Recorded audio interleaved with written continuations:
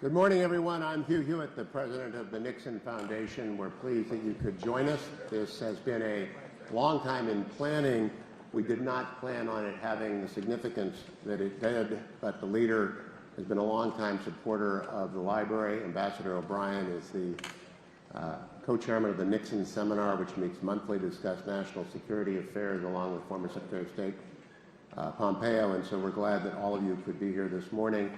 Our guest of honor this morning, House GOP Leader Kevin McCarthy, United States Congress in 2006. He has been the leader of the Republican Party in the House since 2019.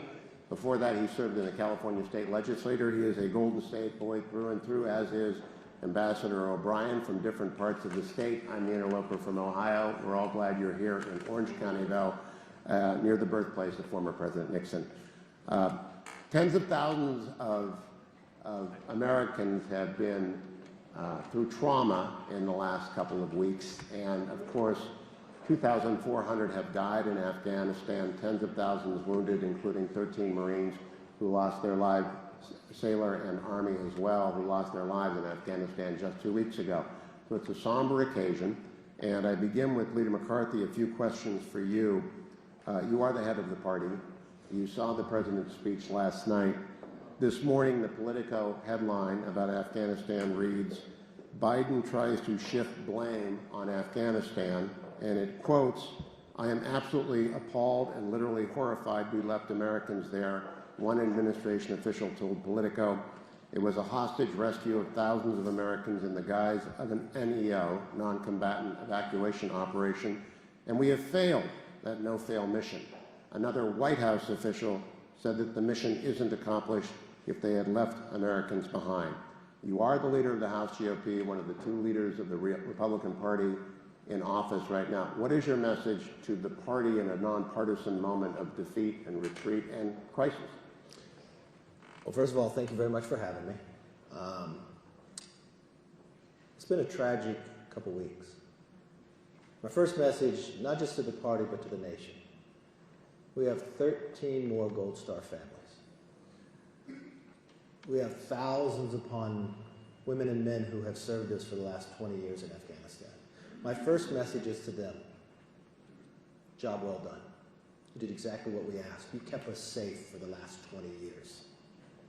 The decision, what took place within the last month, solely rests on the Biden administration.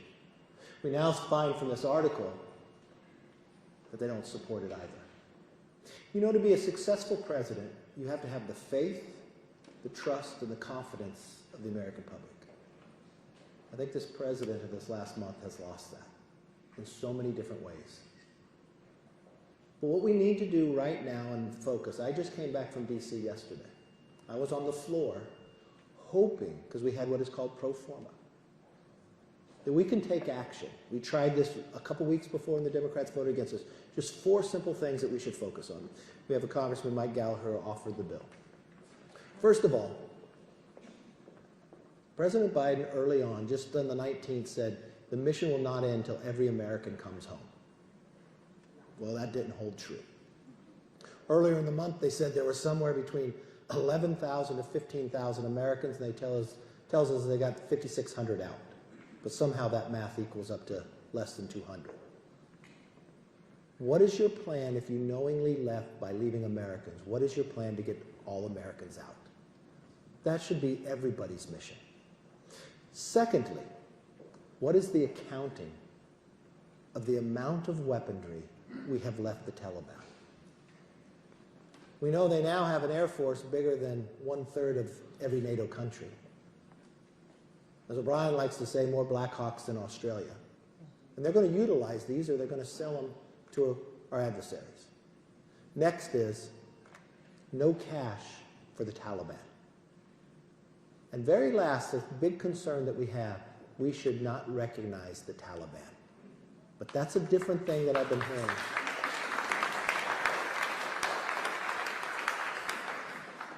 Those 4 items, not just to the Republicans, but to the nation, we should all have answers to, and we should all focus on.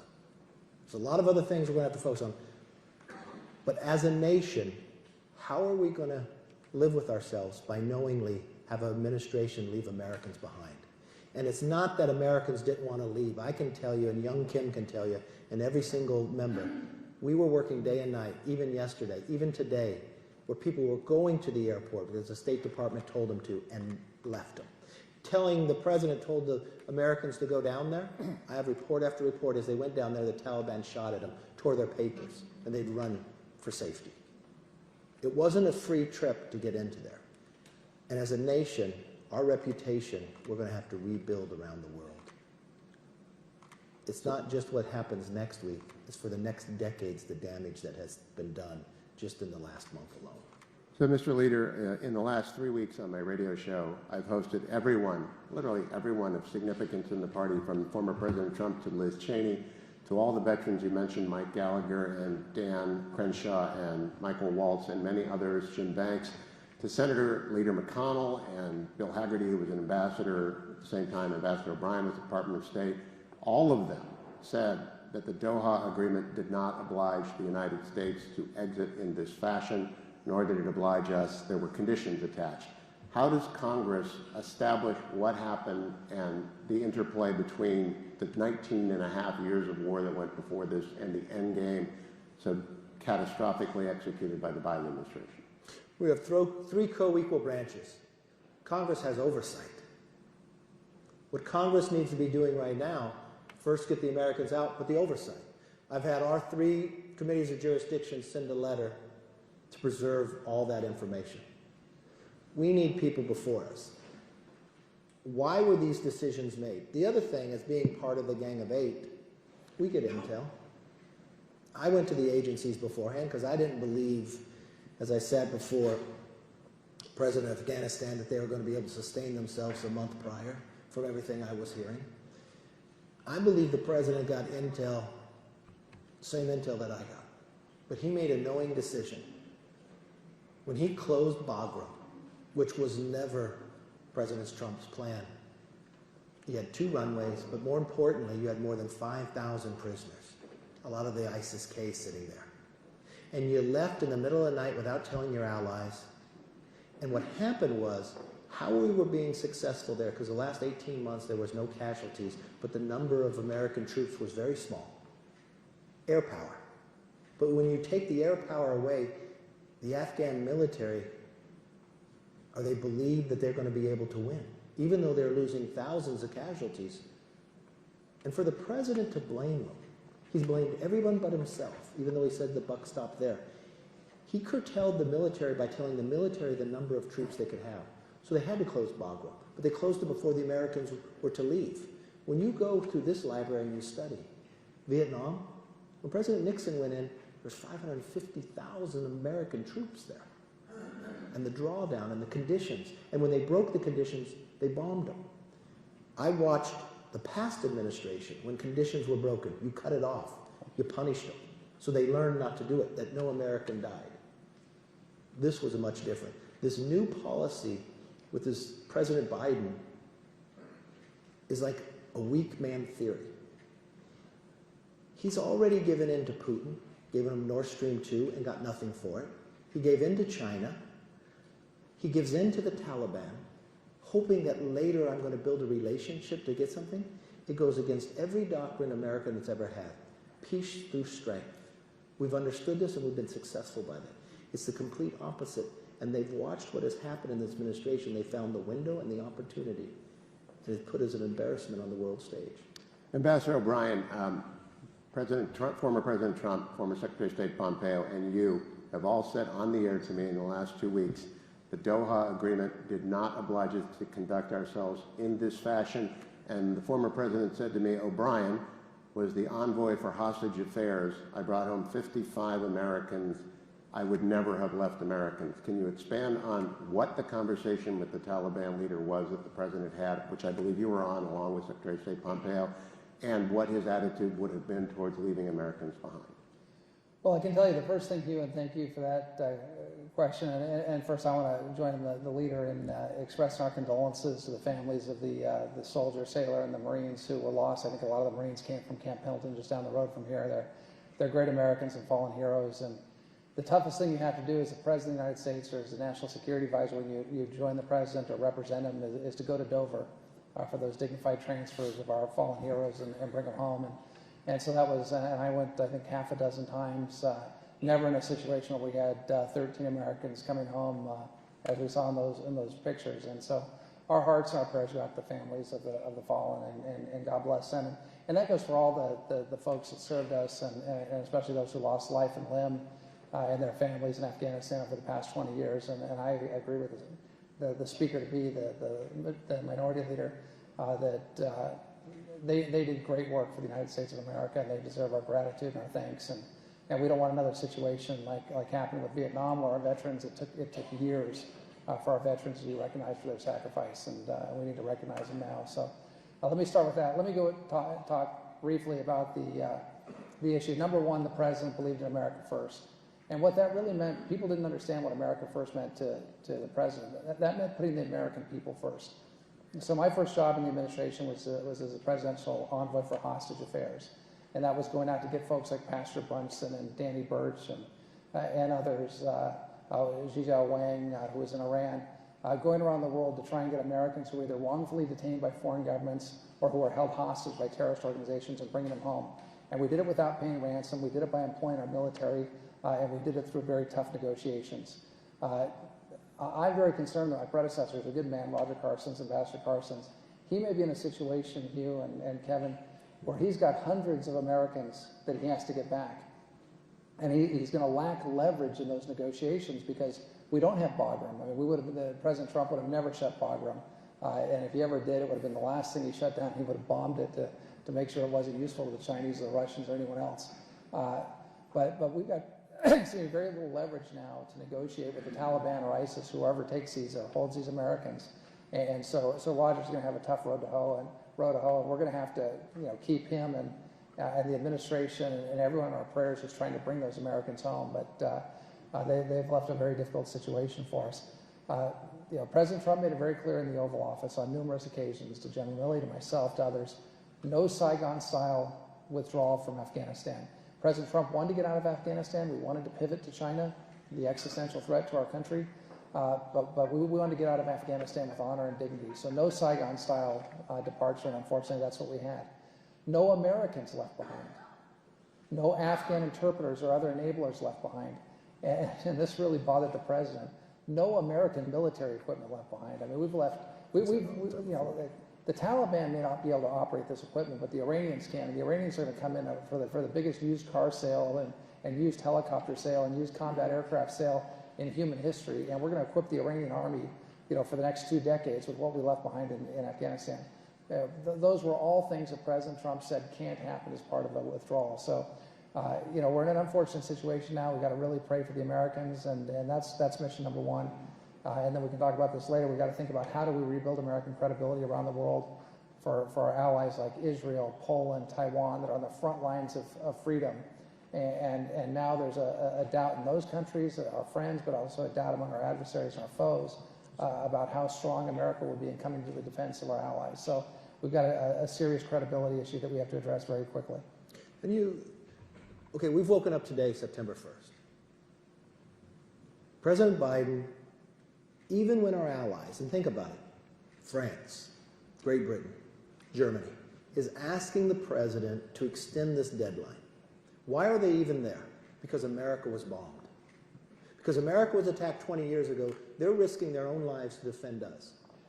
He chose the Taliban over them and kept the 31st. So now we wake up on the 1st. You listened to the president last night. The question I have for him, one question: what is the plan to bring Americans home? You knowingly made the decision to leave them there, but you still have not given us a plan to bring them home. So why would you ever make the decision to leave until you had them home? That's what I don't understand from the president. Leader, on Monday, I sought out Daniel Runde from the Center for Strategic International Studies, an Afghan expert, to talk about the refugee issue and how we process refugees.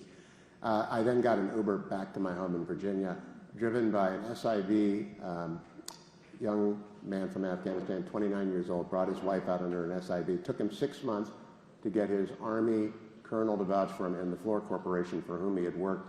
His sister had been in colleges in hiding. His brother is in hiding. There are SIV and SIV relatives all over Afghanistan, and they're also in transit. I hope the GOP is welcoming after vetting of these refugees, but what is your advice to your colleagues about those SIVs who are still in Afghanistan and those who are in transit around the world, assuming, of course, that people are vetted, which it is possible to do given their service with America? You can vet. We keep our promises. They risked their lives. They fought with us. We promised we'd take them. We're going to take them. Need to be vetted because in the way that the Biden administration left, a lot of people at the very beginning weren't the SIVs. There were people who never helped us, who were getting out. You need to take them what people call the lily pad of the place and vet through. But we have a number of people who were Americans, who had a family or Afghan, and the State Department were not allowing them all to come together. You had a choice. You can come, but you're going to leave your children and your wife? No, you wouldn't make that decision. That held up a great deal. But now we have, if there's something that shows it bigger than anything, when Joe Biden was there in 2008 and Need to Be Saved and had an interpreter, that interpreter is still over there. No powerful message, and you promised me you'd bring me. I have one question for you both, and then looking forward. You are a group of 8. To what extent in the course from March, April, May forward did the administration keep you and Leader McConnell, as well as Democrats, acutely and up-to-date informed on the conditions on the ground? Did they treat the Congress as a co-equal participant in the conclusion of the 20-year war? I never remember one Gang of 8 meeting on it in the 7 months he's been there.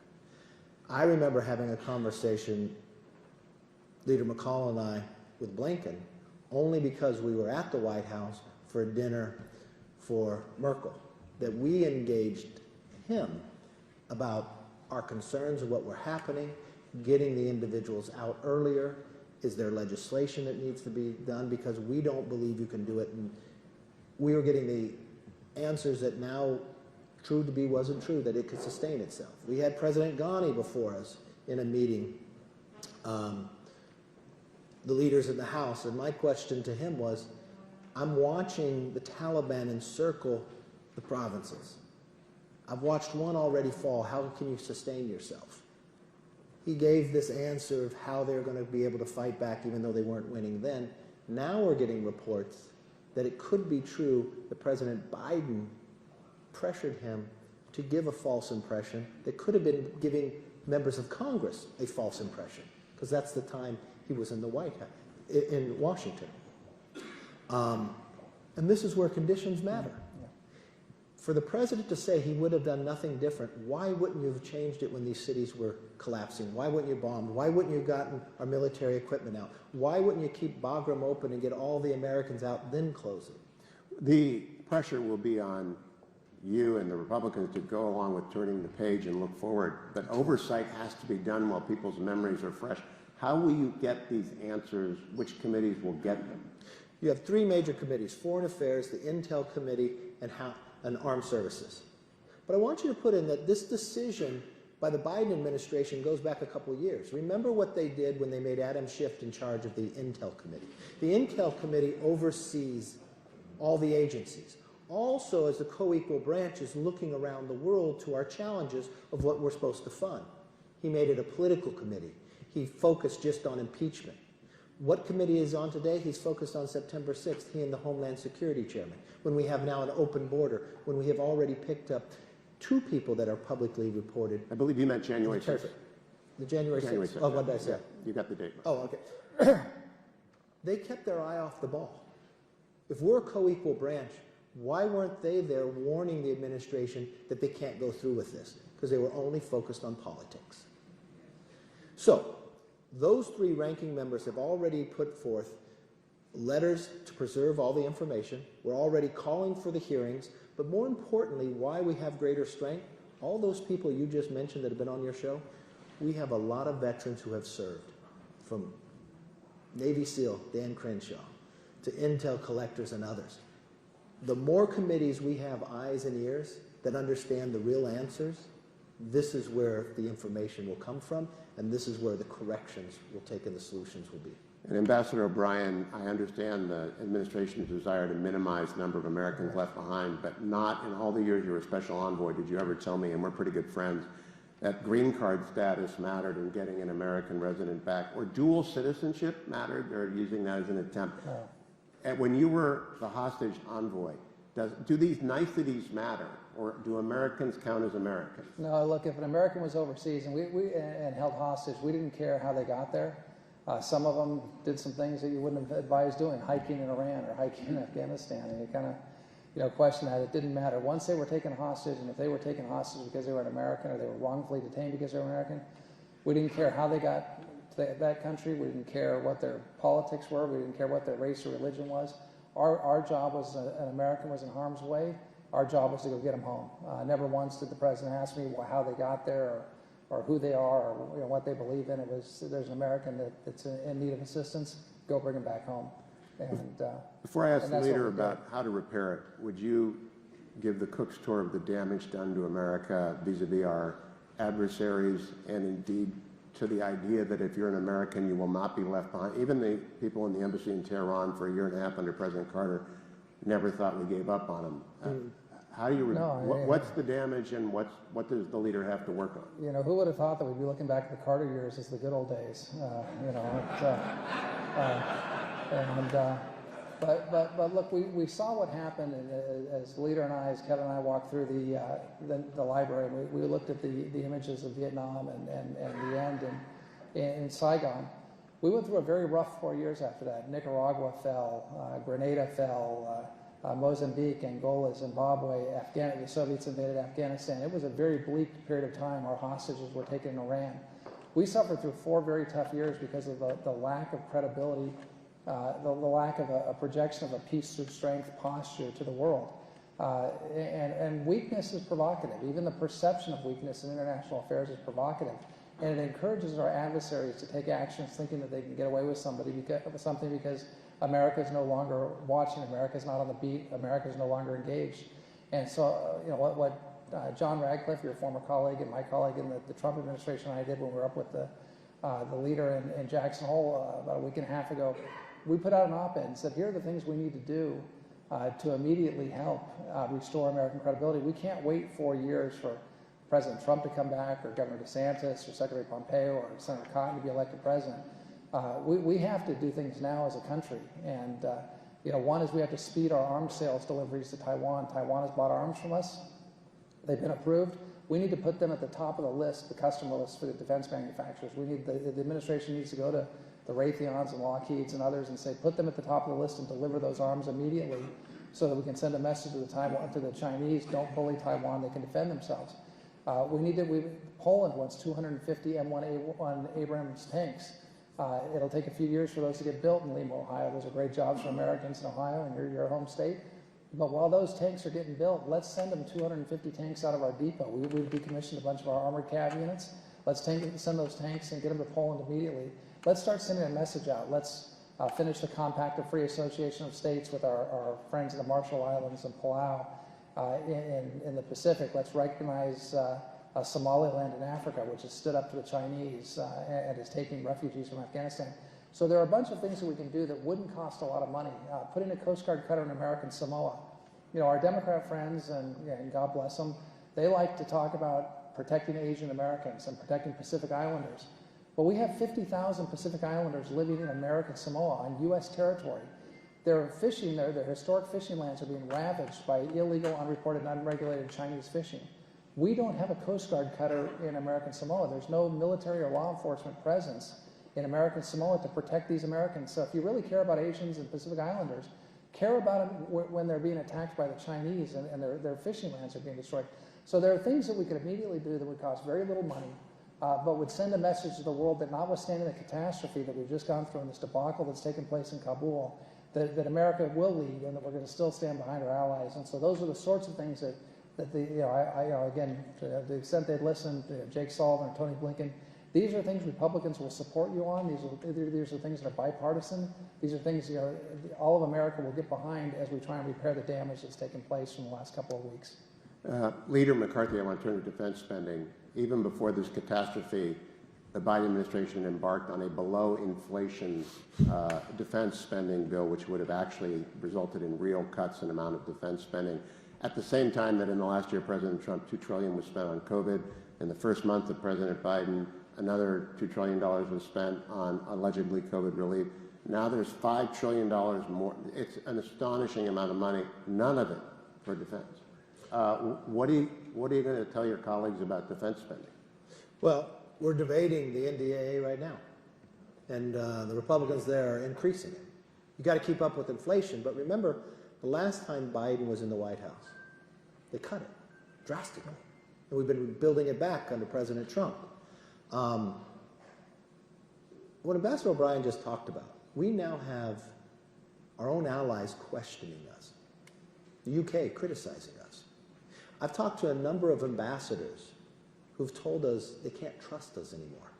We've watched what China has said to Taiwan, that America will not be there for you. We watched what Putin from the Baltics, Eastern Europe, they feel an opportunity. They feel a void when they feel weakness, and they took advantage of it. When America asked OPEC to produce more oil and cuts a pipeline in America but gives Russia another one. They watched how we handled ransomware. They watched how we dealt with this. So the days forward are going to be more difficult. A clear message for us would be peace through strength that we did. Peace without freedom is meaningless. What we have to do is not only keep up with inflation, we watched what China has done. China has watched how America fought war. After the Desert Storm, they watched we bring an aircraft carrier 250 miles from you, and we could have air superiority. So they develop a missile to sink aircraft carriers.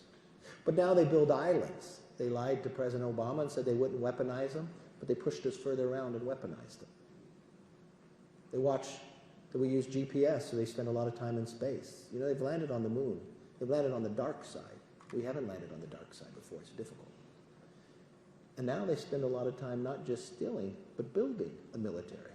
And now they're telling our allies that we won't be there for them. So people question that. It won't just be our allies question it.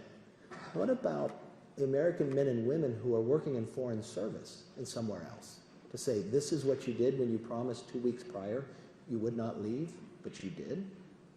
It puts doubt in a lot of people's minds, which makes it more difficult to do your job. So Congress, being a co-equal branch, should say, we're going to lead. We're going to have oversight. And we're not going to let Nancy Pelosi pick and choose which Republicans could be on the committee. We have military women and men who have served, who understand what is needed. We work with and we build the military that we need. We pivot to the places that we need to push back on. But this $5 trillion is going to break. China and Russia watch that we are going to be weaker in a position to defend ourselves, and the future generations are going to have less opportunity to solve the debt that they created. Let me just jump in one thing on one issue. The Global Times, which is the mouthpiece of the Chinese Communist Party, came out with an editorial aimed at the people of Taiwan. And it said, for the folks in Taipei, look at Kabul. This is your future.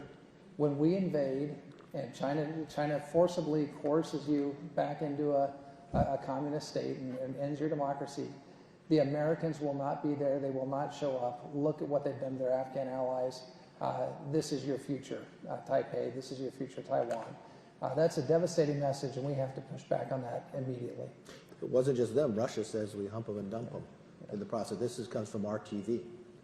I want to talk to you about the intelligence capacity. My colleague at the Washington Post, Mark Thiessen, quoted the Wall Street Journal this morning as saying 90% of our intelligence gathering capability in Afghanistan has been lost. He used to get a daily brief, used to give the president a daily brief. What does that mean in real terms for what we can see in our over-the-horizon capability to deter al-Qaeda, which is already back, and we've seen the pictures of Osama bin Laden's head of security. Zawahiri will show up pretty soon. What's it mean for our ability to actually execute, even if we've got over-the-horizon capabilities on the correct target? We've seen the tragedy of bad targeting. Look, one of the reasons we were able to get Osama bin Laden, and I give President Obama credit for that. President Biden was against that operation, but President Obama authorized that operation is because we had troops in Afghanistan, and we were able to launch from there to effectuate that successful mission. Look, we have capability. We're going to have some insight into what's happening in Afghanistan. I'm not going to get into the methods of it, but we do have some capability, and we've got some long-range strike capability. But it's incredibly difficult. The hours it takes to fly either an unmanned or a manned mission from the Gulf to Afghanistan. is extensive. So, you know, in that time period, targets can move, hostages can be moved if you're trying to rescue them. High-value targets that you want to bring justice to can move. When you're talking 5, 6, 7 hours to get from the time that the intelligence is collected to being able to execute a strike. So it's much more difficult to engage in counterterrorism from far over the horizon. We're not next door in Pakistan. We're not next door in Iran. We're not next door in China. We're not next door in the stands because President Putin made it very clear to Tajikistan and Uzbekistan and Kyrgyzstan not to host American troops to monitor the situation in Afghanistan there. So we're operating from, it's the tyranny of distance. We're operating from far away.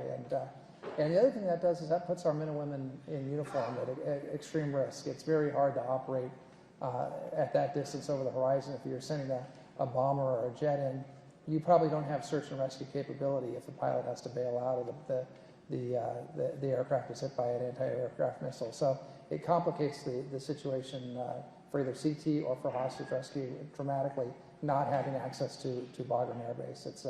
It puts us in a difficult situation. Think of the proximity. You're close to Russia, China, Pakistan. You now have nothing on the ground. If you go to surveil, you got to fly for hours before you get there. So you have less time overhead. You got to react fast. And then the question becomes the human intelligence gathering. We've just built up 20 years of a relationship that was just broken in the last month. I imagine they're more upset with us than probably the Taliban are too. Leader, Ambassador Brien is always very careful not to criticize Secretary Blinken or NSA Jake Sullivan by name or members of the military by name. But I know that members of the military, their morale is very low. I had a Gold Star father, a veteran, call, mentioned his son, Staff Sergeant Robert Miller, 2 days ago from Orlando.